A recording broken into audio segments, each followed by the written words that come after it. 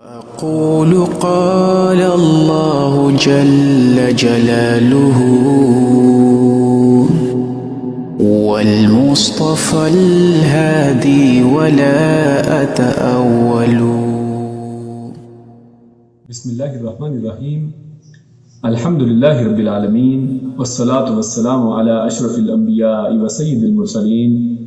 أما بعد، رب اشرح لي صدري ويسر لي أمري واحلل عقدة من لساني يفقهوا قولي ربنا زدنا علما. قرآن حکیم کے 12ویں پارے کی تفسیر کا خلاصہ پیش کیا جا رہا ہے، اور اس 12ویں پارے کا آغاز سورہ ہود کی 6 آیت سے ہوتا ہے، اور جبکہ سورہ ہود اس کی پہلی 5 آیتیں 11ویں پارے کے آخر میں بیان کی گئی ہیں. تو سورہ ہود جو ہے یہ ایک بڑی ہی عظیم سورت ہے. نبی اکرم صلی اللہ علیہ وسلم سے ابن عباس رضی اللہ تعالی عنہ کے توسط سے جامع ترمذی کی حدیث میں ارشاد ملتا ہے کہ ابو بکر صدیق رضی اللہ تعالی عنہ نے رسول اللہ صلی اللہ علیہ وسلم سے دریافت کیا کہ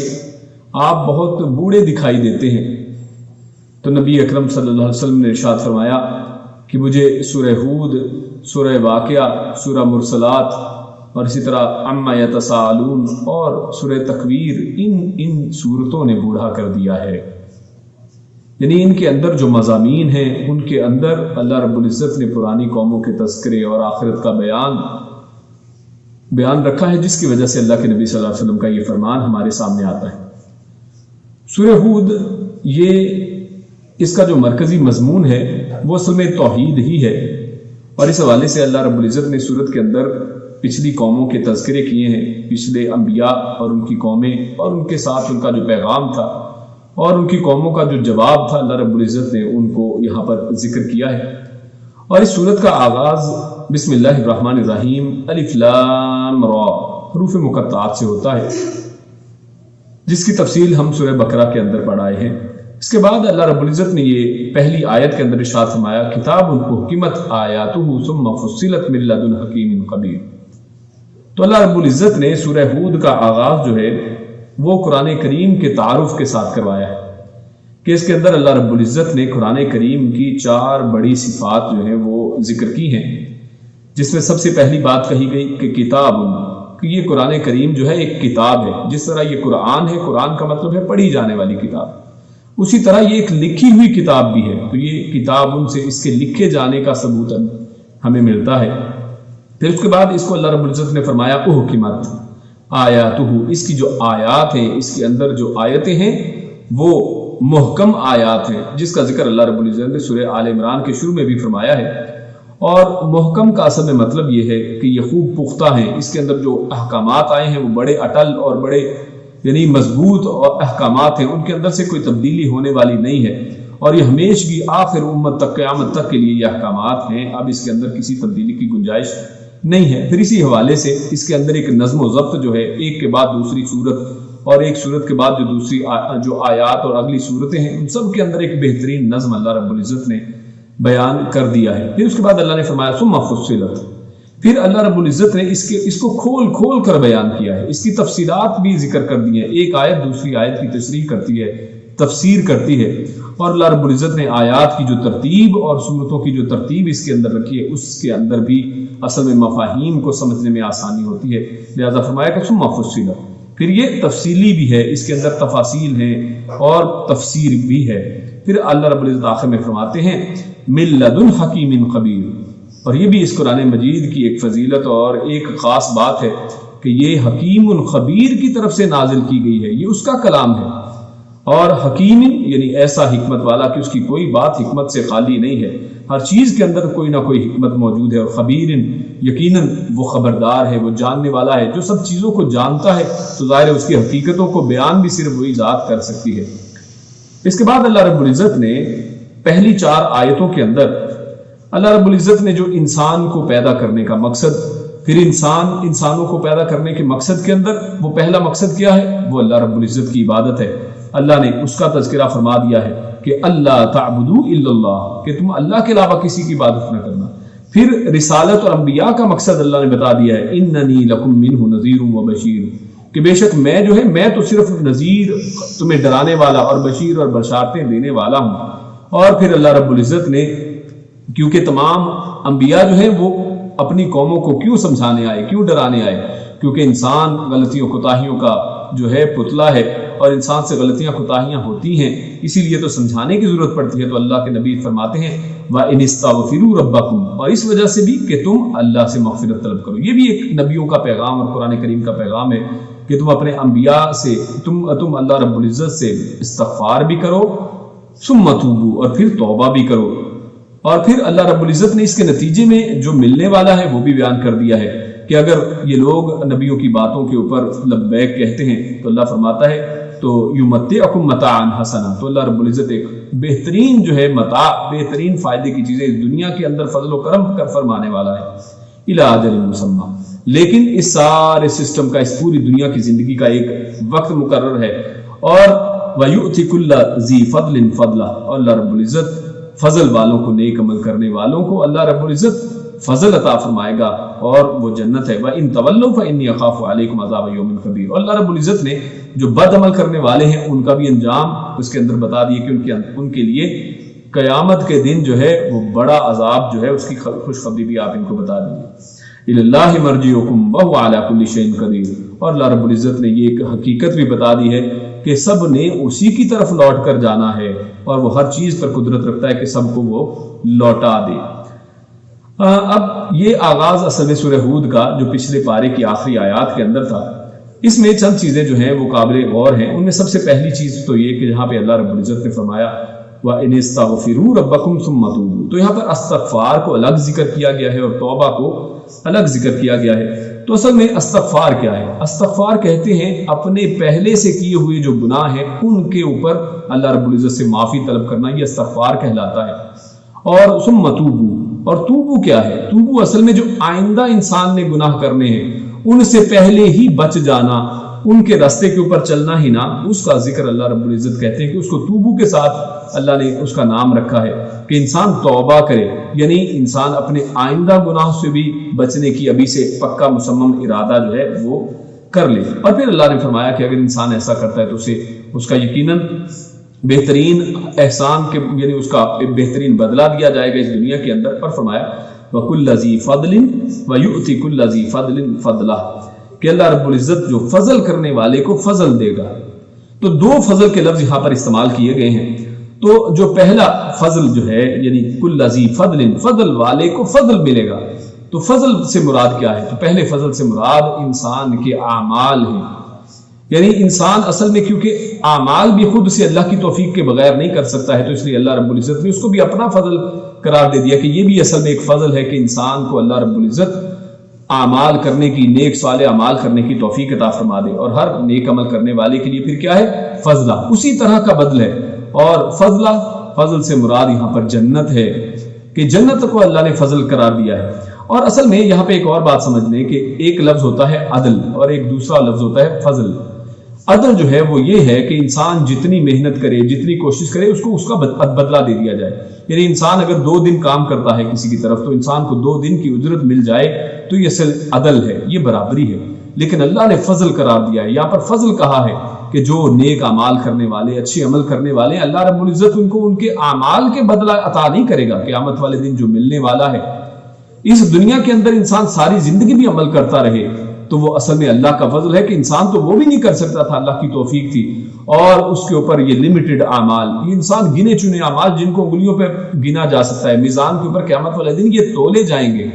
ان تولے جانے والے لمیٹڈ محدود اعمال کے بدلے میں اللہ رب العزت لامحدود جنت، لامحدود جو ہے اس کی نعمتیں اور لامحدود زندگی دینے والا ہے۔ تو یہ اصل میں دوسرے فضل یعنی جنت کا معنی ہے کہ اللہ رب العزت نے ایک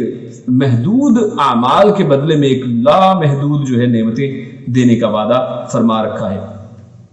اس کے بعد اللہ رب العزت ارشاد فرماتے ہیں، اس پارے کی پہلی آیت ہے 12ویں پارے کی، اللہ فرماتا ہے وَمَا مِن دَابَّةٍ فِي الْأَرْضِ إِلَّا عَلَى اللَّهِ رِزْقُهَا،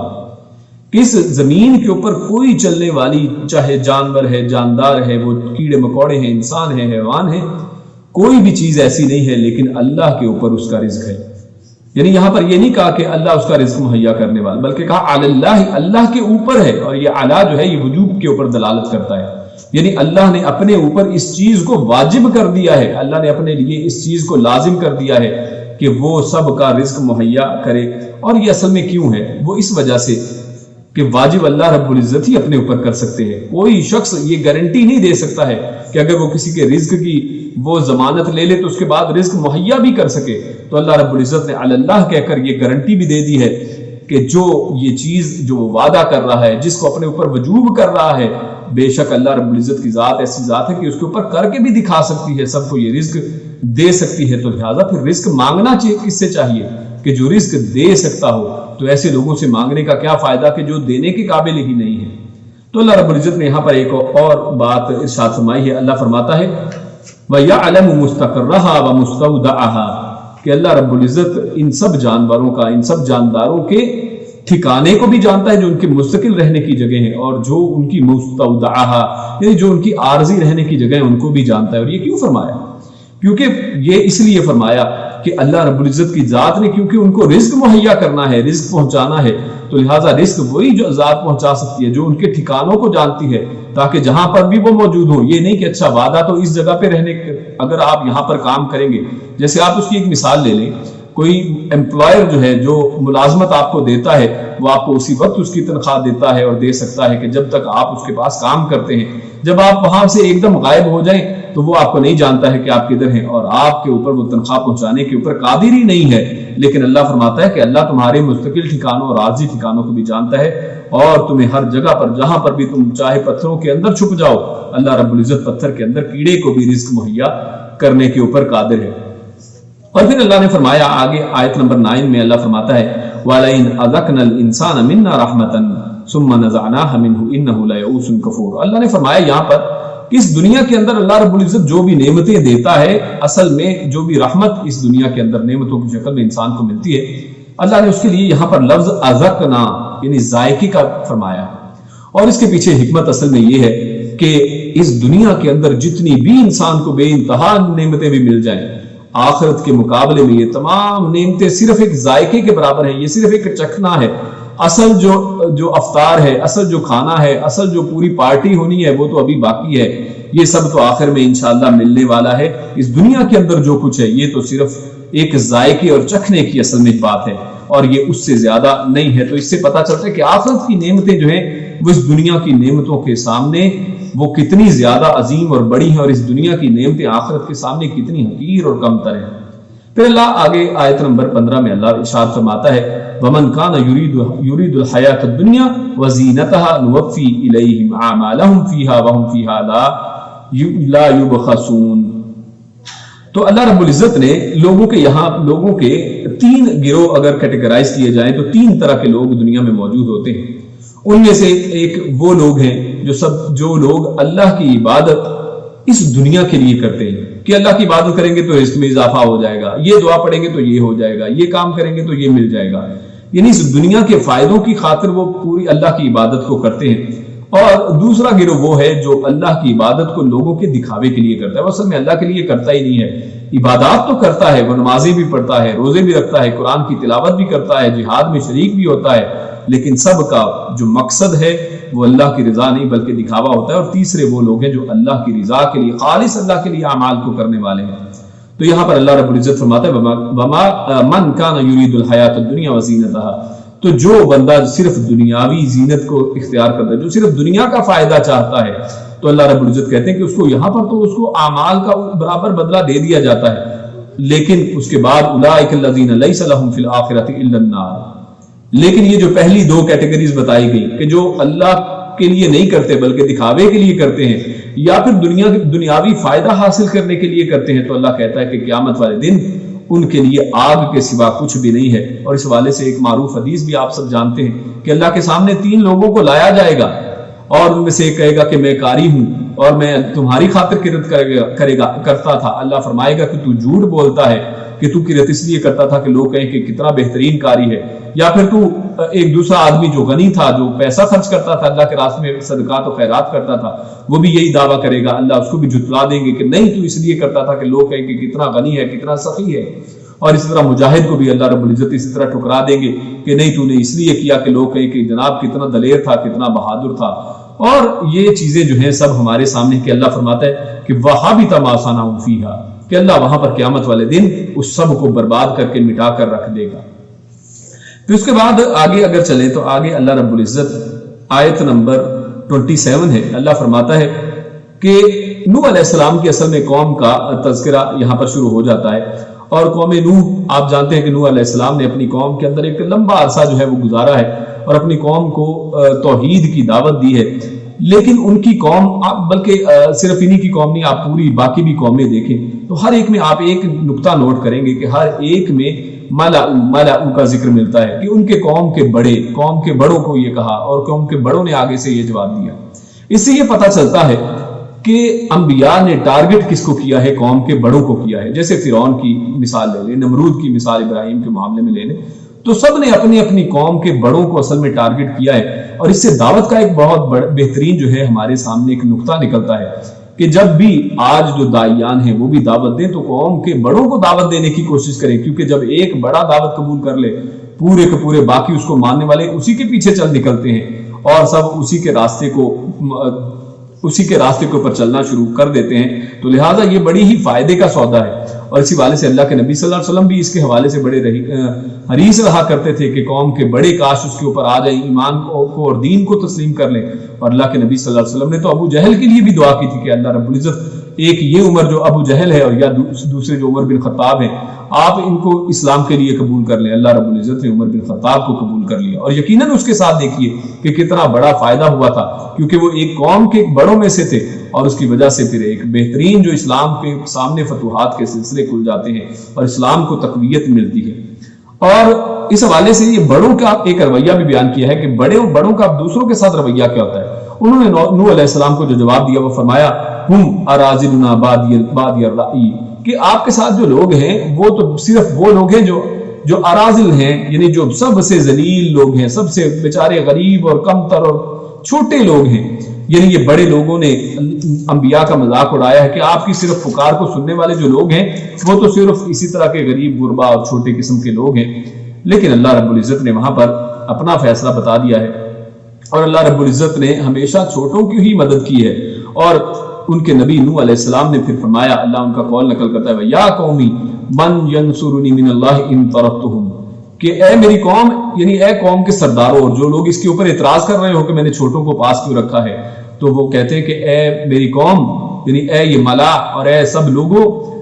پھر میری اللہ کے مقابلے میں کون مدد کرے گا اگر میں نے ان لوگوں کو ہی دھتکار دیا جو میرے قریب ایمان کی وجہ سے آئے ہیں، جو اس ایمان کو قبول کرنے والے ہیں. افلا تذکرون، کیا تم نصیحت نہیں پکڑتے ہو، کیا تمہیں سمجھ میں نہیں آتی ہے؟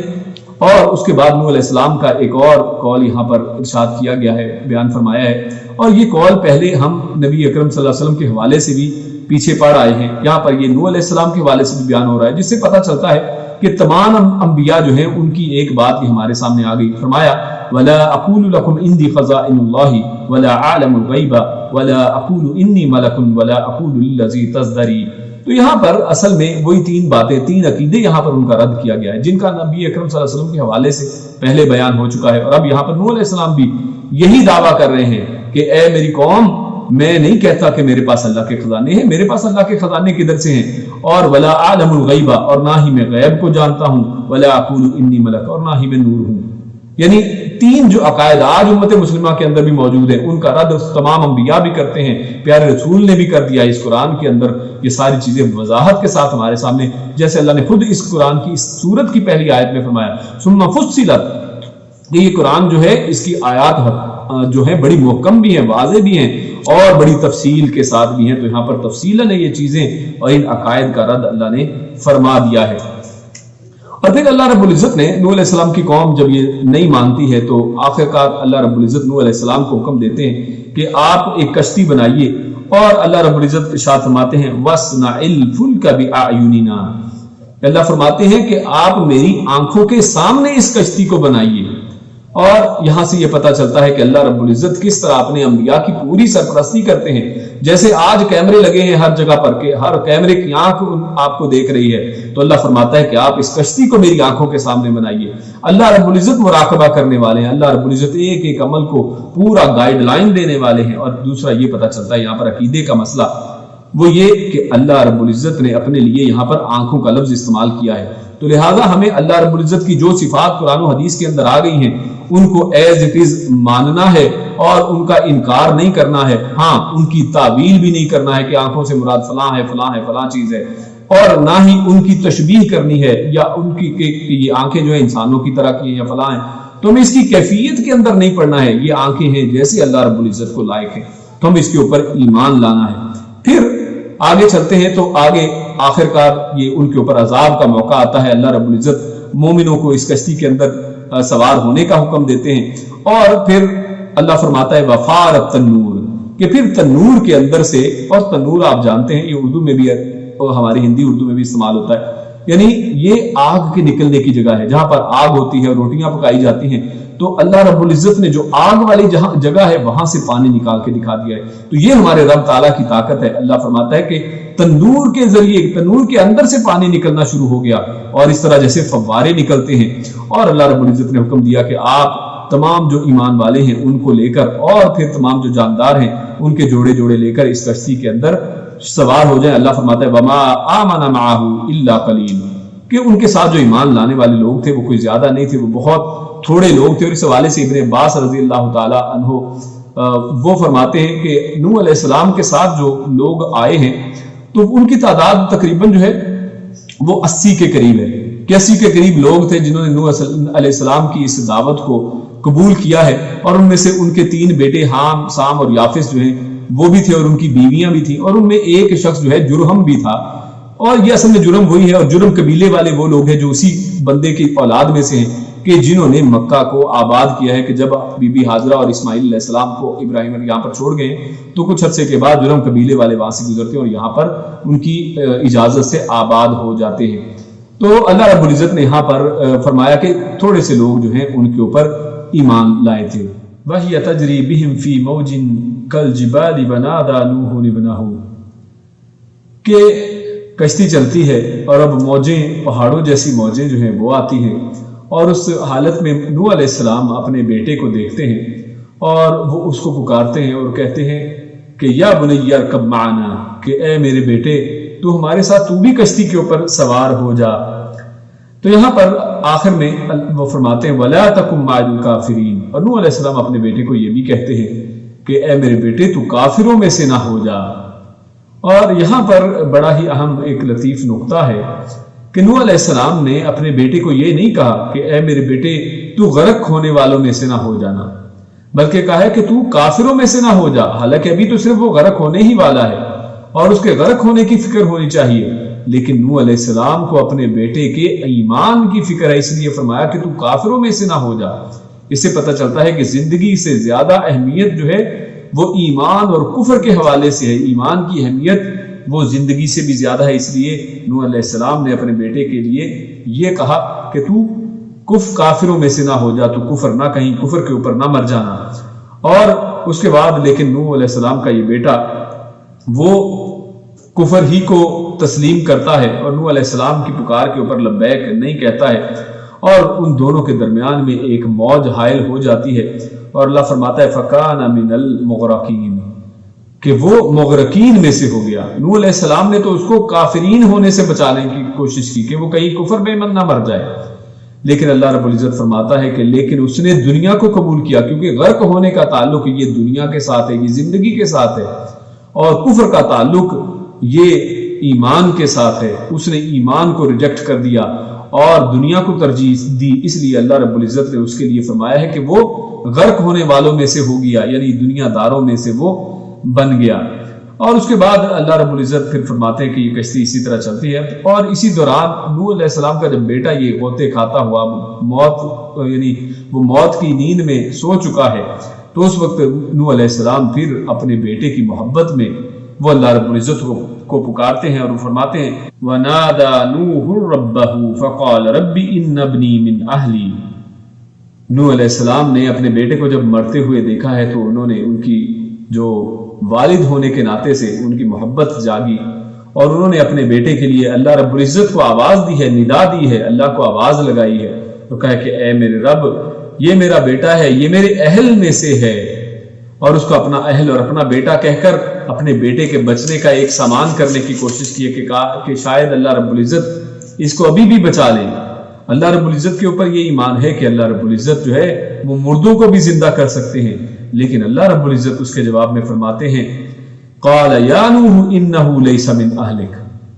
حالانکہ وہ نوح علیہ السلام کا اپنا بیٹا ہے، لیکن اللہ رب العزت فرماتے ہیں کہ یہ تیرا اہل نہیں ہے، یہ تیرے گھر والوں میں سے ہی نہیں ہے۔ اللہ نے اس کا صاف انکار کر دیا ہے اور فرمایا انہ عمل غیر صالح، اور اس کی وجہ بھی بتا دی کہ کیوں اس کو تمہارے اہل میں سے نکال دیا گیا ہے، کیوں آج کے بعد وہ اب تمہارے گھرانے میں سے نہیں ہے، کیوں؟ کیونکہ اس کے عمل جو ہیں وہ غیر صالح، اس کے عمل اچھے نہیں ہے۔ تو اور آگے اس کے اوپر اللہ رب العزت نے تو نوح علیہ السلام کے ساتھ سختی بھی کی ہے اور ان کو ڈانٹا ہے اس بات کے اوپر، اور فرمایا فلا تسألنی ما لیس لک بہ علم، کہ آپ مجھ سے وہ سوال کیوں کر رہے ہیں کہ جس کے بارے میں آپ کو علم ہی نہیں ہے، ایسا سوال نہ کیجئے، انی اعظک ان تکون من الجاہلین، اور ہم آپ کو واعظ کرتے ہیں کہ اگر آپ نے ایسا کیا تو پھر آپ جاہلوں میں سے ہو جائیں گے۔ اور اس پوری بات چیز سے ہمارے سامنے یہ بات واضح ہوتی ہے کہ قیامت والے دن بھی اور اللہ رب العزت کے سامنے جب حساب کتاب ہونے والا ہے تو اللہ رب العزت پھر وہاں پر اہل کو نہیں دیکھتا ہے، وہاں پر خاندان کو نہیں دیکھا جائے گا کہ کون سید ہے اور کون سید زادہ نہیں ہے، وہاں پر یہ نہیں دیکھے گا کہ کس کا تعلق ابو بکر صدیق سے ہے، نبی اکرم صلی اللہ علیہ وسلم سے ہے، فاطمہ سے ہے، حسن حسین سے ہے۔ وہاں پر جو دیکھا جائے گا وہ دیکھا جائے گا عمل صالح کس کے پاس ہے۔ اللہ نے واضح فرمایا ہے کہ انہو عمل غیر صالح، اس کے عمل غیر صالح ہے، لہذا یہ آپ کی اولاد میں سے ہی نہیں ہے۔ تو وہاں پر یہ جو خاندانی رشتے ہیں یہ کام آنے والے نہیں ہیں، وہاں پر کوئی پیر و مرشد بچا سکتا نہیں ہے۔ جب ایک باپ اور ایک نبی باپ اپنے بیٹے کو اس کے غیر اور عمل صالح نہ ہونے کی وجہ سے، اس کی بدعمالیوں کی وجہ سے بچا نہیں پائے ہیں، تو یہ پیر و مرشد کیسے بھلا بچا سکتے ہیں؟ اور اس کے بعد اللہ رب العزت فرماتے ہیں اللہ کے نبی صلی اللہ علیہ وسلم کو یہ واقعات تفصیل سے بتانے کے بعد کہ تلک من انباء الغیب نوحیھا الیک، کہ یہ اصل میں غیب کی خبریں ہیں جو ہم آپ کی طرف وحی کر رہے ہیں، یعنی نبی اکرم صلی اللہ علیہ وسلم کو جو بعض، اور یہاں پر یہ لفظ غور کرنے والا ہے، من انباء الغیب، یہ نہیں کہا کہ انباء الغیب ہم غیب کی ساری خبریں آپ کو بتا رہے ہیں، نہیں کہا من انباء الغیب، کہ نبی اکرم صلی اللہ علیہ وسلم کو اللہ رب العزت نے اپنے غیب کے خزانوں میں سے چند باتیں بتا دی ہیں، ان میں سے کچھ چیزوں کی اطلاع دے دی ہے، اور یہ اطلاع بھی اس کو اللہ رب العزت نے فرمایا نوحیھا الیک، کہ یہ ہم نے آپ کی طرف وحی کی ہیں، وحی کے ذریعے سے نبیوں کو جو ہے وہ غیب کی کچھ خبریں جو ہیں اللہ رب العزت جتنا چاہتا ہے اتنی معلومات جو ہے وہ دے دیتے ہیں۔ اور اللہ رب العزت فرماتے ہیں ما كنت تعلمها انت ولا قومك من قبل هذا، اور اس بات کو اور اللہ رب العزت نے واضح کر دیا ہے کہ نہ ہی آپ اور نہ ہی آپ کی قوم اس سے پہلے ان باتوں کو بالکل جاننے والی نہیں تھی، نہ آپ ان کو پہلے جانتے تھے اور نہ آپ کی قوم جانتی تھی، بلکہ ہم نے یہ اصل میں آپ کو سارے واقعات جو ہیں یہ بہترین قصے وہ آپ کو بتائے ہیں، سنائے ہیں۔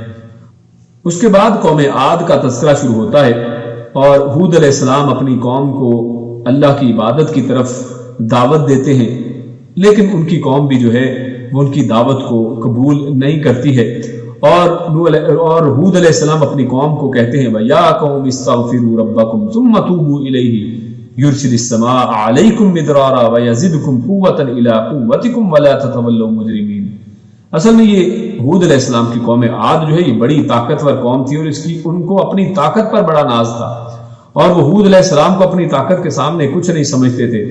لیکن ہود علیہ السلام جو ہے پھر بھی اپنی قوم والوں کو یہی سمجھا رہے ہیں کہ تم استغفار کا جو ہے وہ ہتھیار استعمال کرو، تم استغفار کر لو، اپنے گناہوں کے اوپر شرمندہ ہو جاؤ، اس کے اوپر معافیاں مانگ لو،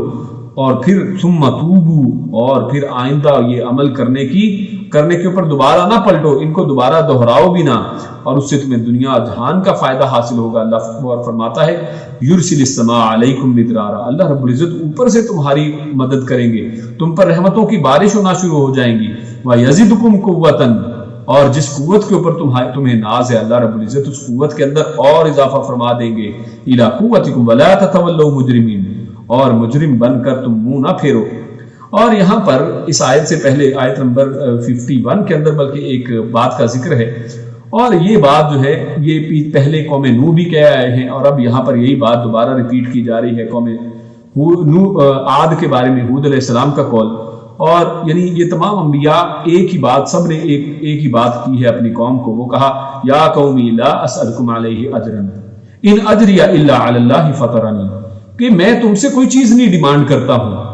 میرا اجر تو اللہ رب العزت کے پاس ہے۔ افلا تعقلون، اور پہلے نوح علیہ السلام کے حوالے سے وہاں پر جب یہ آیت آئی تو وہاں فرمایا کہ افلا، وہاں پر اس حوالے سے بات آئی قوم، یعنی تم قوم تجہلون،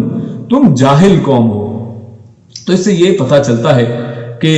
انبیاء جو ہیں انہوں نے ایک بہترین ایک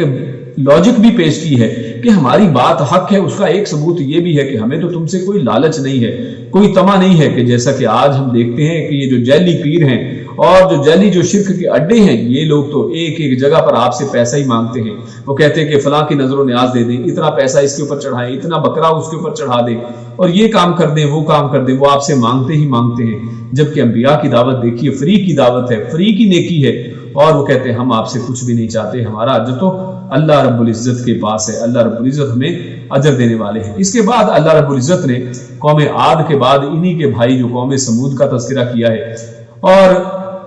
ان کا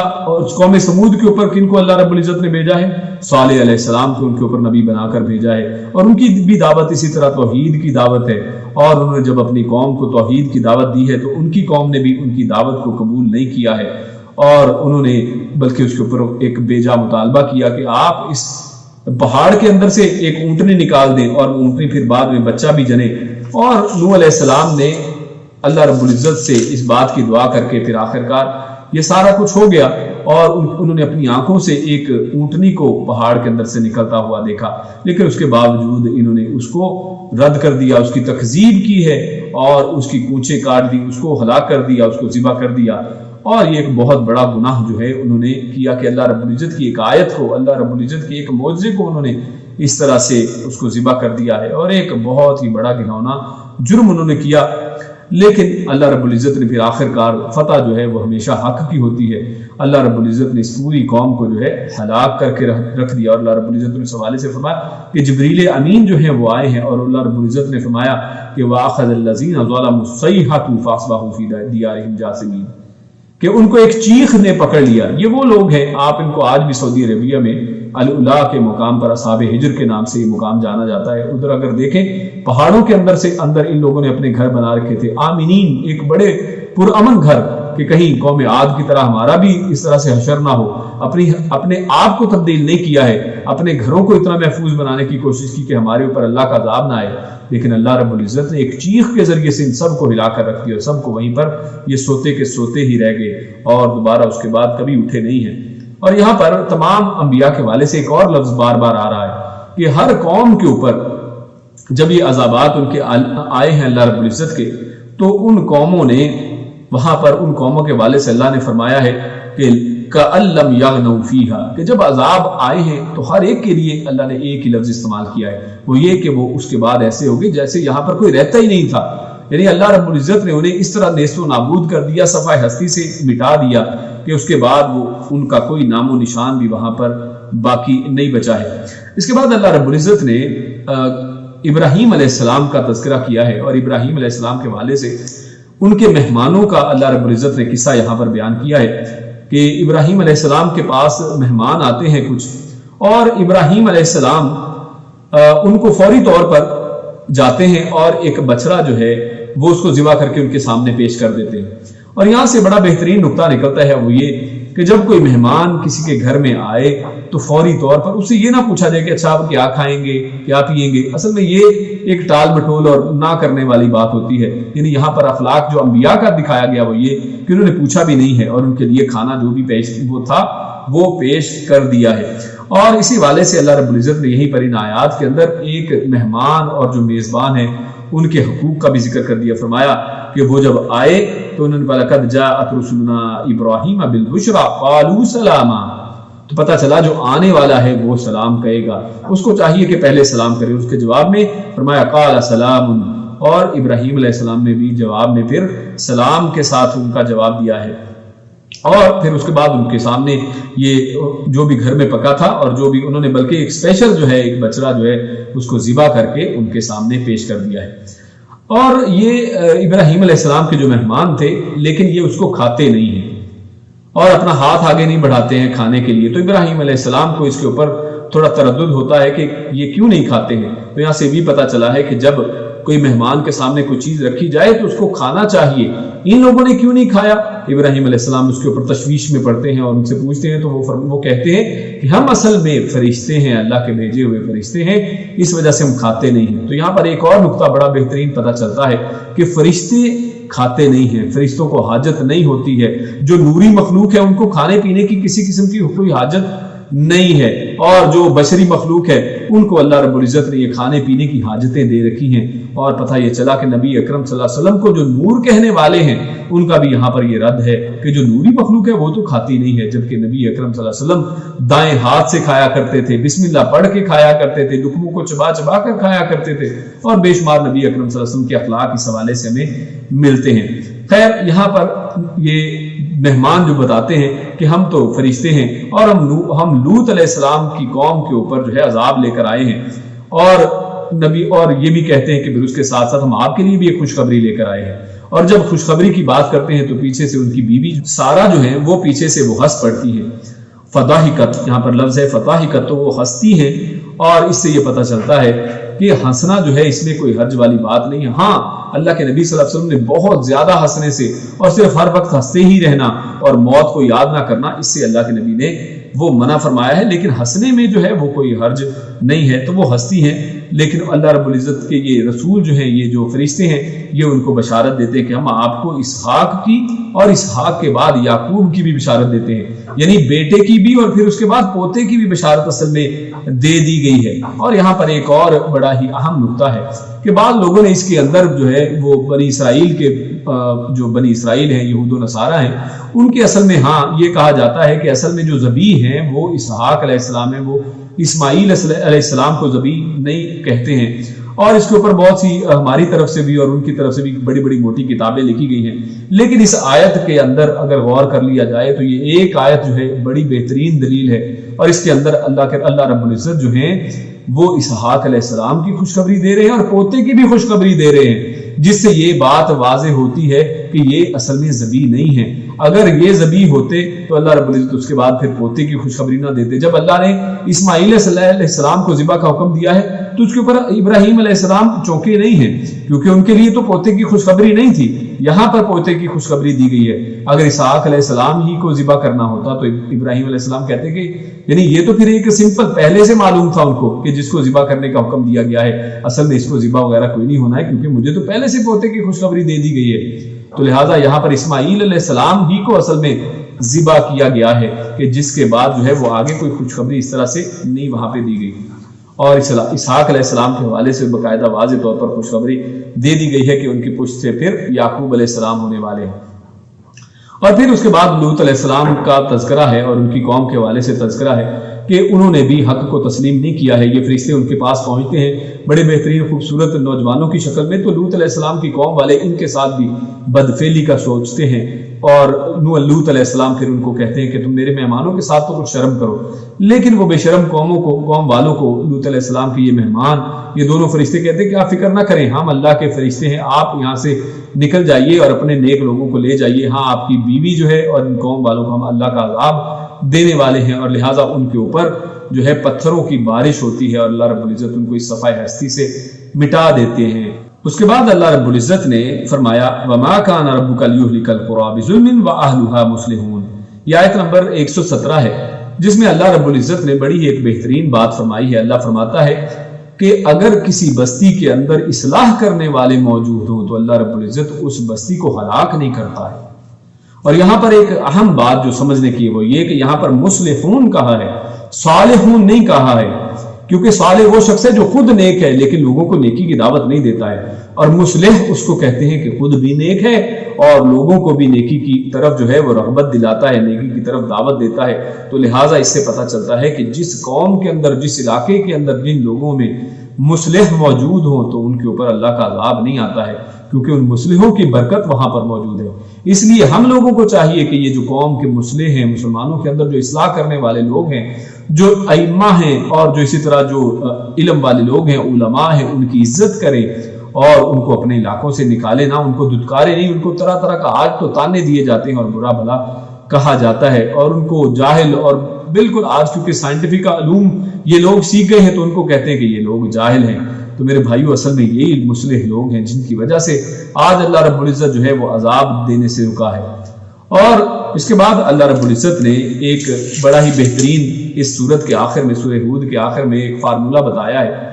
کہ انسان کا بعض اوقات دل جو ہے وہ گھبرا جاتا ہے، پریشانیوں کے اندر جب انسان آتا ہے تو انسان جو ہے وہ بے چین ہو جاتا ہے اور تنگی محسوس کرتا ہے۔ تو اللہ رب العزت نے سب کا ایک ہی حل، بڑا آسان حل فرما دیا، فرمایا وَكُلًّا نَقُصُّ عَلَيْكَ مِنْ أَنْبَاءِ الرُّسُلِ مَا نُثَبِّتُ بِهِ فُؤَادَكَ۔ اللہ نے فرمایا کہ آپ اگر پہلے قوموں کے قصوں کو اگر پڑھیں گے، انبیاء کے پرانے قصے پڑھتے ہیں تو اللہ رب العزت اس کے ذریعے سے آپ کے دل کو جما دیتا ہے، دل کو تقویت دے دیتا ہے۔ اور اللہ رب العزت فرماتے ہیں کہ ہم نے آپ کی طرف یہ قصے جو ہیں، یہ غیب کی خبریں، یہ پرانے قصے جو ہیں آپ کی طرف یہ نازل کرتے ہیں، آپ کی طرف خبریں دے دی ہیں، آپ کو انباء کر دیا ہے، آپ کو یہ غیب کی خبریں بتا دی ہیں، اور اس مقصد یہ بتایا تاکہ آپ کا دل جو ہے فؤادک، آپ کا دل وہ ثابت ہو جائے، وہ تقویت پکڑ جائے، اور اس کے اندر کسی قسم کی جو آپ کے اوپر آج نبی اکرم صلی اللہ علیہ وسلم کو یہاں پر خصوصاً فرمایا جا رہا ہے کہ آج جو مشرکین مکہ کے جو مظالم ہیں ان کو دیکھ کر آپ گھبرائیں نہ، بلکہ پہلی قوموں کے قصوں کو پڑھیں گے، ان نبیوں کے اوپر جو مظالم ہوئے ہیں ان کو پڑھیں گے، ان کی قوموں پر جو ظلم ہوا ہے ان کو پڑھیں گے، تو آپ کا دل جو ہے اس کے اندر تقویت آئے گی اور اس بات آئے گا۔ اس کے بعد بڑی ہی بہترین سورت جو ہے سورہ یوسف، اس کا آغاز ہوتا ہے، اور سورہ یوسف جو ہے یہ اصل میں اللہ رب العزت نے اس کے شروع میں خود فرمایا ہے احسن القصص۔ اللہ فرماتا ہے نحن نقص علیک احسن القصص، کہ ہم آپ کے سامنے بڑا ہی بہترین قصہ وہ آپ کے سامنے رکھ رہے ہیں، اور یقیناً یہ ایک بہترین قصہ ہے۔ یہ اصل میں ان قصوں میں سے ہے، قرآن کریم کی ان صورتوں میں سے ہے کہ جو پوری کی پوری جو ہے ایک ہی وقت میں نازل ہونے والی ہے، اور اسی طرح اس کے اندر ایک ہی واقعہ بیان کیا گیا ہے۔ جیسے پچھلی صورتوں کے اندر ہم پڑھ آئے ہیں کہ ہر صورت میں بے شمار انبیاء کے واقعات ہیں، یہاں پر صرف ایک ہی واقعہ، پوری صورت کا ایک ہی مضمون وہ ہمارے سامنے آتا ہے، اور اس صورت کی ابتدا اللہ رب العزت الف لام را حروف مقطعات ہی سے کرتے ہیں۔ اور اس صورت کے اندر یوسف علیہ السلام اور یعقوب علیہ السلام اور یوسف علیہ السلام کے بھائیوں کا قصہ شروع میں اللہ رب العزت ارشاد فرماتے ہیں کہ یوسف علیہ السلام کو ایک خواب آتا ہے، اور جو خواب ہیں وہ نبوت کے 46واں حصہ ہوا کرتے ہیں، سچے خواب۔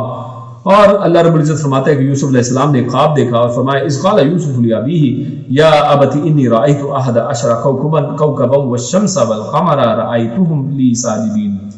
کہ میں نے ایک خواب دیکھا ہے۔ وہ اپنے والد سے یہ خواب جو ہے بیان کرتے ہیں اور کہتے ہیں کہ میں نے اس میں 11 جو ہے ستارے دیکھے ہیں، 10 کوکبا 11 کوکبا 11 ستارے، اور سورج اور چاند دیکھا ہے۔ سورج سے مراد ان کے باپ ہیں اور چاند سے مراد ان کی والدہ، اور 11 ستاروں سے مراد ان کے وہ 11 بھائی ہیں۔ یہ ٹوٹل 12 بھائی تھے یوسف علیہ السلام کو شامل کر کے۔ تو میں نے دیکھا ہے کہ وہ سب جو ہیں یہ 11 بھائی اور 12ویں باپ اور 13ویں ماں، یہ سب مجھے سجدہ کر رہے ہیں۔ تو ان کے والد جو ہیں وہ کہتے ہیں کہ آپ اس کو دوسروں کے اوپر بیان نہ کیجیے، آپ اپنے بھائیوں کو اس کے بارے میں خبر نہ دیجیے۔ تو یہاں سے چند نکات ہمارے سامنے آتی ہیں۔ پہلی بات تو یہ کہ خواب جو ہے اس کو صرف اسی شخص کے سامنے بیان کیا جائے کہ جو آپ کا بڑا خیر خواہ ہے، جو آپ کا قریبی ہے، اور جو آپ کے بارے میں حسد و بغض کے اندر نہیں ہے۔ ایسے شخص کو، نیک لوگ کو، کسی نیک آدمی کو خواب بتایا جائے تاکہ وہ اس کی کوئی اچھی تعبیر جو اس کی موجود ہے، جو اس کو معلوم ہے، وہ اس کو بتا سکے۔ اگر معلوم نہیں ہے تو اس کے اوپر خاموش رہے، کیونکہ خوابوں کے حوالے سے احادیث کے اندر یہ آتا ہے کہ جو تعبیر اس کی بتا دی جائے پھر ویسا اللہ رب العزت کر دیتے ہیں۔ اور اسی لیے برے لوگوں کو خواب نہیں بتانا چاہیے تاکہ، اور جو لوگ خوابوں کی تعبیر نہیں جانتے ہیں ان کو بھی نہ بتایا جائے، کہیں وہ اس کی غلط تعبیر نہ بتائیں۔ تو اس لحاظ سے ان کو دوسروں کے اوپر اور ایسے لوگوں کے اوپر جو جاہل ہیں اور جو خوابوں کی تعبیر کو نہیں جانتے ہیں، جو مخلص نہیں ہیں، اس کے سامنے پیش نہیں کرنا چاہیے۔ دوسرا یہ کہ فرمایا قال یا بنیا لا تقصص رؤیاک علی اخوتک، کہ اپنے بھائیوں کو یہ نہ بتانا، کیونکہ یعقوب علیہ السلام کو یہ پتہ چل چکا تھا کہ ان کے بھائی جو ہیں اس بات کے اوپر، اس خواب کا مفہوم ان کو سمجھ میں آ گیا تھا، اور انہوں نے کہا کہ اپنے بھائیوں کو یہ نہ بتانا کیونکہ وہ تم سے حسد کریں گے۔ تو لہٰذا اس سے پتہ چلتا ہے کہ حسد جو ہے وہ کتنی بڑی بیماری ہے، اور اس صورت کے اندر ہم آگے پڑھتے ہیں کہ ان بھائیوں نے اسی حسد کی بنا پر جب ان کو معلوم کسی طریقے سے ہو جاتا ہے اور کہ جو یوسف علیہ السلام ہیں انہوں نے اس طرح کا خواب دیکھا ہے، اور ان کے والد جو ہیں وہ بھی یوسف علیہ السلام سے بے پناہ محبت کرتے تھے، اور یوسف علیہ السلام جو ہے بڑے خوبصورت بھی تھے، بڑے خوبرو نوجوان تھے، تو اس وجہ سے یہ ان سے حسد کرتے ہیں اور یہ پلاننگ کرتے ہیں کہ ان کو مار دیا جائے، لیکن ان میں سے کوئی ایک مشورہ دیتا ہے کہ ان کو مارا نہ جائے بلکہ کسی غار کے اندر، اندھے غار کے اندر پھینک دیا جائے، اور خود بخود ان کو کوئی نہ کوئی لے جائے گا۔ لہٰذا کچھ لوگ وہاں سے قافلہ گزرتا ہے مصر میں جانے والا، اور وہ اس کو وہاں سے یوسف علیہ السلام کو وہاں پر لے جاتا ہے۔ آخرکار یوسف علیہ السلام عزیز مصر کے گھر میں پہنچ جاتے ہیں، عزیز مصر ان کو خرید لیتے ہیں اور کہتے ہیں کہ ہم اس کو اپنا بیٹا بنا لیں گے، یا اس سے کوئی اور فائدہ ہم حاصل اسی طرح سے کر سکتے ہیں، یہ ایک پیارا اور نیک بچہ معلوم ہوتا ہے۔ لہذا خیر یہ اس طرح سے اللہ رب العزت یوسف علیہ السلام کو، یعنی کہتے ہیں نا کہ تندی یہ بات یہ مخالف سے نہ گھبرائے عقاب، یہ تو چلتی ہے تجھے اونچا اڑانے کے لیے، کہ ادھر یوسف علیہ السلام کے خلاف کس طرح سے تدابیر کی گئی ہیں، لیکن یوسف علیہ السلام کی عزت و مقام و مرتبے میں اللہ رب العزت نے کس طرح اضافہ کیا ہے۔ ان کو وہاں پر موت کے گھاٹ اتارنے کی کوشش کی گئی، غار کے اندر پھینکا گیا، لیکن اللہ رب العزت کے فیصلے چلنے والے ہیں۔ اللہ رب العزت جس کو چاہے عزت دیں اور جس کو چاہے ذلیل و خوار کر دیں۔ اللہ رب العزت نے یوسف علیہ السلام کو عزیز مصر کے گھر میں ٹھکانہ عطا فرما دیا ہے، بہترین ٹھکانہ۔ اور یہاں پر ایک نیا قصہ شروع ہوتا ہے۔ عزیز مصر جو کی بیوی جو ہے وہ یوسف علیہ السلام کی جوانی اور خوبصورتی کے اوپر جو ہے وہاں پر مر مٹتی ہے، اور وہ چاہتی ہے کہ وہ ان کو اپنی محبت کے جال میں پھنسا لے، اور اس حوالے سے وہ ان کے اوپر جو ہے ان کو اپنی طرف مائل کرنے کی کوشش کرتی ہے۔ اور اس کا ایک قصہ جو ہے اللہ رب العزت نے یہاں پر بیان کیا ہے کہ وہ دروازوں کو بند کر دیتی ہے اور اپنی طرف فحاشی کے لیے ان کو مائل کرتی ہے۔ اور لیکن یوسف علیہ السلام کے بارے میں اللہ نے فرمایا ہے کہ انہ من عبادنا المخلصین، کہ لیکن وہ تو میرے بندے تھے، اور وہ تو بڑے خالص اللہ کی عبادت کرنے والے بڑے نیک آدمی تھے۔ تو اس حوالے سے اللہ رب العزت فرماتا ہے اگلی آیت میں وَاسْتَبَقَ الْبَابَ وَقَدَّتْ قَمِيصُهُ مِن دُبُرٍ، کہ وہ دروازے کی طرف بھاگتے ہیں۔ اور یہاں سے ایک بہت بہترین نتیجہ ہمیں پتہ چلتا ہے کہ جب بھی کوئی، یعنی انسان کو چاہیے کہ خود کچھ قدم بڑھائے اور خود برائیوں سے بھاگے، اور فرمایا وَاسْتَبَقَ الْبَابَ، وہ دروازے کی طرف بھاگتے ہیں، یعنی یہ نہیں کہ وہ میں مجبور ہو گیا تھا۔ آج جیسے یہ اس کے اندر ہمارے نوجوانوں کے لیے، یہ ینگ جنریشن کے لیے بڑے بہترین یوسف علیہ السلام کی زندگی کے اندر پیغام ہے کہ بے شمار فحاشی کے موقع، آج تو انٹرنیٹ اور دنیا کے اندر بے شمار فحاشی کے موقع میسر ہیں، لیکن وہاں پر کیا کیا جائے؟ فَاسْتَبَقَ الْبَابَ وَاسْتَبَقَ الْبَابَ، وہاں پر بھاگا جائے، ان کی طرف جائے ہی نہ جائے، اور ایسی جگہوں سے پرہیز کیا جائے۔ خیر وہ ان کو اپنے چال میں پھنسانے کی کوشش کرتی ہے، لیکن وہ بھاگتے ہیں اور اس سے بچتے ہیں، اور اس اوپر ہی جو ہے عزیز مصر اور ساتھ کچھ اور ان کی فیملی کے لوگ جو ہیں وہ اندر داخل ہوتا ہے، اور وہ جب کھولتے ہیں دروازہ تو آگے یہ معاملہ دیکھتے ہیں، تو اس کے اوپر وہ عورت جو ہے فوراً ہی پلٹ جاتی ہے، اور وہ کہتی ہے من اراد باہلک سوءا الا ان یسجن او عذاب علیم، کہ آپ اس کے بارے میں کیا ارادہ رکھتے ہیں، کیا فیصلہ کریں گے کہ جو بندہ آپ کے گھر والوں کے اوپر اس طرح کی بری نظر رکھے، آپ اس کو جو ہے جیل میں ڈال دیں تو یہی اس کی اصل میں سزا ہونی چاہیے، یا اس کو کسی دردناک سزا میں مبتلا کریں۔ یعنی عورتوں کا یہاں پر ایک رویہ بتایا کہ کس طرح ایک دم وہ پلٹ گئی ہے۔ وہ عورت جو ہے ایک لمحے پہلے اس کے اوپر فریفتہ تھی، اور ابھی ایک دم اس کے اوپر پلٹ گئی، اس نے پانسا پلٹ لیا ہے۔ خیر ایک شاہد وشاہد شاہد من اہلہا، جو عزیز مصر کے ساتھ دوسرا آدمی آتا ہے وہ وہاں پر وہ بھی شاہد ہے، اس پورے عینی شاہد ہے، وہ ایک مشورہ دیتا ہے کہ یہاں پر دیکھ لیا جائے کہ قمیص اگر آگے سے پھٹی ہے تو پھر اس کا مطلب ہے یوسف علیہ السلام جو ہیں وہ کچھ ارادہ رکھتے تھے، اور اس عورت نے بچاؤ کے اندر قمیص کو پھاڑ دیا ہے، اور اگر قمیص پیچھے سے پھٹی ہے تو یقیناً اس کے اندر یوسف علیہ السلام کا کوئی جو ہے وہ ان کا کوئی قصور نہیں ہے، بلکہ پیچھے ہی عورت ان کے اوپر بھاگی ہے، اور قصور سارے کا سارا عورت کا ہے۔ اور دیکھا جاتا ہے تو اسی طرح نکلتا ہے کہ قصور اس عورت کا تھا، قمیض پیچھے سے پھٹی تھی، اور اس کے اوپر جو ہے یہاں سے یہ ایک نتیجہ یہ بھی پتہ چلتا ہے کہ جو گواہ ہیں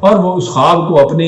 ملا جو ہیں، اپنے جو دوسرے لوگ ہیں درباری، ان کے سامنے بیان کرتے ہیں، اور تو وہ درباری کہتے ہیں کہ جناب یہ تو اضغاث احلام، یہ تو پریشان خواب ہے، یعنی ان کا کوئی میننگ وغیرہ نہیں ہے، یہ عجیب و غریب قسم کا آپ نے خواب دیکھا ہے، چھوڑیے اس کو۔ لیکن اس وقت جو ہے یہ ایک جو ساتھی تھا اس کو یاد آتا ہے کہ ہاں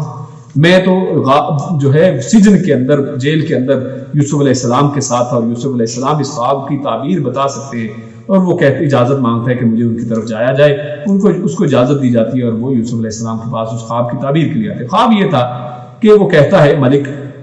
کہ میں نے 7 موٹی گائیں دیکھی ہیں اور 7 پتلی گائیں ہیں، اور پتلی گائیں موٹی گایوں کو کھا لیتی ہیں، اور اس کے بعد 7 بالیاں ہیں ہری بھری، اور 7 جو ہیں وہ بالکل جو ہے یعنی بیکار قسم کی بالیاں ہیں، اور یہ میں نے خواب دیکھا، اس کی تعبیر بتائیے۔ یوسف علیہ السلام کو جب یہ خواب بتایا جاتا ہے تو یوسف علیہ السلام نہ صرف خواب کی تعبیر بتاتے ہیں بلکہ اس کا حل بھی بتا دیتے ہیں۔ یعنی یہ ہوتا ہے کہ جب کسی سے پوچھا جائے تو نہ صرف اس کی کہ جی تعبیر بتائی، بلکہ اس کا حل بتایا جائے۔ تو یہ مصلح جو ہوتے ہیں لوگ وہ اس طرح کے ہوتے ہیں۔ تو یوسف علیہ السلام نے حل یہ بتایا اور اس کی خواب کی تعبیر یہ بتائی کہ اصل میں جو 7 موٹی گائیں ہیں، یعنی 7 پہلے بہترین جو ہے آپ کے اوپر دور آئے گا، بہترین فصل ہوگی، اور تمہیں چاہیے کہ ان دنوں میں جتنا صرف تمہاری ضرورت ہے اس کو کھاؤ، اور باقی سب کو دانوں کو بالیوں سمیت یعنی بوٹے سمیت جو ہے اس کو محفوظ کر لو، اور اس کے بعد 7 سال قحط کے آئیں گے، اور ان قحط کے سالوں میں تم جو بچایا تھا ان کو کھا لو گے، اور اس طرح سے تمہارے اوپر سے ایک جو ہے وہ فتنہ جو ہے اور ایک آزمائش جو ہے وہ گزر جائے گی۔ اور اس کے اوپر یہ وہ واپس جاتا ہے، اور ساتھ کہتے ہیں یوسف علیہ السلام کے ساتھ جا کر اس کو پھر اس کے بارے میں بتانا، وہ جا کر بتاتا ہے خواب کی تعبیر۔ تو ملک جو ہے ان کو کہتا ہے کہ یوسف علیہ السلام کو جیل سے رہا کر کے میرے سامنے لایا جائے، لیکن یوسف علیہ السلام کہتے ہیں وقال الملک ائتونی بہ، اس کو میرے پاس لاؤ۔ فلما جاءہ الرسول قال ارجع، یوسف علیہ السلام کہتے کہ نہیں، پیغام دینے والے کو کہتے کہ تم واپس جاؤ اور ان کو کہیے الی ربک، اپنے رب جو ہے یعنی آپ کا جو مالک ہے ملک کے پاس واپس جائیے، فاسألہ ما بال النسوۃ اللتی قطعن ایدیہن، کہ ان عورتوں سے تو پہلے پوچھو کہ وہ اصل میں جو سارا فتنہ فساد تھا اس کی جڑ اصل میں کیا ہے، اصل ماجرا کیا تھا، یہ سارا پہلے ان کی طرف سے پوچھ لیں، یعنی میرے اوپر الزام کو ہٹا کر مجھے آزاد کیا جائے تو یہ بات ٹھیک ہے۔ ایسا نہیں ہے کہ صرف آپ اپنے یعنی مجھ پر رحم کر کے یا اس خواب کی وجہ سے مجھے جیل سے رہائی دیں، بلکہ میرے اوپر جو ایک الزام لگا ہے پہلے اس کو بھی اس کے اوپر سے ریموو کیا جائے، اس کو ختم کیا جائے۔ اور ان ربی بکیدہن علیم، اللہ اور میرا رب جو ہے وہ جانتا ہے خوب ان کی چال کو۔ قالا، تو وہ فرماتی ہیں وہ قال ما خطبکن، تو وہ کہتا ہے ملک ان عورتوں سے پھر پوچھتا ہے کہ کیا ہوا، تو پھر عورتیں وہ بتاتی ہیں کہ وہ کہتی ہے قلنا حاشا للہ ما علمنا علیہ من سوء، کہ اللہ رب العزت کی پناہ، اللہ رب العزت جو ہے وہ جانتا ہے کہ اصل میں اس کے اندر کوئی بھی برائی نہیں ہے۔ یوسف علیہ السلام تو بے عیب ہیں، یعنی جنہوں نے خود الزام لگایا تھا انہوں نے خود اس کی گواہی دے دی ہے کہ سارا قصور جو ہے وہ ہمارا اپنا تھا، بلکہ ان کا کوئی قصور نہیں تھا۔ اور عزیز مصر کی بیوی بھی کہتی ہے حسس الحق، کہ اب تو حق واضح ہو گیا ہے، انا راودتہ عن نفسی، میں اصل میں پھسل گئی تھی، وانہ لمن الصادقین، اور یقیناً وہ جو ہے وہ سچا ہے۔ اور یہاں پر ایک اور بڑی اہم بات نقطے کی وہ نوٹ کرنے کی ہے، یہاں پر اللہ رب العزت نے اس عزیز مصر کی بیوی کا پورا واقعہ بیان کیا ہے لیکن اس کا نام نہیں بتایا ہے۔ اس سے پتہ چلتا ہے کہ کس طرح عورتوں کی اللہ رب العزت عصمت جو ہے ان کی حفاظت کرنے والا ہے، ان کے نام نہیں بتاتا ہے، ناموں کو ذکر نہیں کیا ہے۔ کہیں پر ذکر کیا کہ نوح علیہ السلام کی بیوی، لوط علیہ السلام کی بیوی، فرعون کی بیوی، اور اسی طرح یہاں پر بے شمار عورتوں کو ذکر کیا گیا ہے، اس طرح ابراہیم علیہ السلام کی بیوی، لیکن ان کے نام ذکر نہیں کیے گئے ہیں، سوائے اس کے کہ عیسیٰ علیہ السلام کی ماں کا نام ذکر کیا گیا ہے، کیونکہ وہاں پر ان کی نام کا ذکر اس لیے کیونکہ ان کو بھی رب بنا لیا گیا، تو اس کے اوپر سے ربوبیت کا وہ جو ہے الزام ہٹانا تھا، اور عیسیٰ علیہ السلام کو کیونکہ ان کے اوپر بھی الزام لگایا گیا تو لہٰذا یہ بتایا گیا عیسیٰ ابن مریم، کہ عیسیٰ جو مریم کے بیٹے ہیں، تاکہ مریم کے اوپر سے بھی الزام ہٹ جائے کہ یہ تو اللہ رب العزت کا کلمہ ہے اور مریم علیہ السلام کا کوئی قصور نہیں ہے۔ اور فرمایا ذالک لیعلم انی لم اخنہ بالغیب، تاکہ، اور یوسف علیہ السلام نے اصل میں یہ اس لیے بھی پچھوایا تھا تاکہ جو ملک ہے اور جن کے گھر میں وہ پلا بڑھا تھا ان کو یہ معلوم ہو جائے کہ یوسف علیہ السلام کی طرف سے کوئی خیانت نہیں ہوئی ہے ان کی غیبیت میں، یعنی یوسف علیہ السلام کی نیت کے اندر میں کسی طرح کی خرابی نہیں تھی۔ وَأَنَّ اللَّهَ لَا يَهْدِي كَيْدَ الْخَائِنِينَ، اور اللہ رب العزت جو ہے وہ خیانت کرنے والوں کو ہدایت نہیں دیتا ہے۔ اللہ رب العزت سے دعا ہے کہ اللہ رب العزت جو پڑھا سنا اس کو سمجھنے کی اور اس پر عمل کرنے کی توفیق عطا فرمائے۔ اللہ رب العزت نیک عمل اور اچھی سمجھ کی توفیق عطا فرمائے۔ السلام علیکم ورحمۃ اللہ وبرکاتہ۔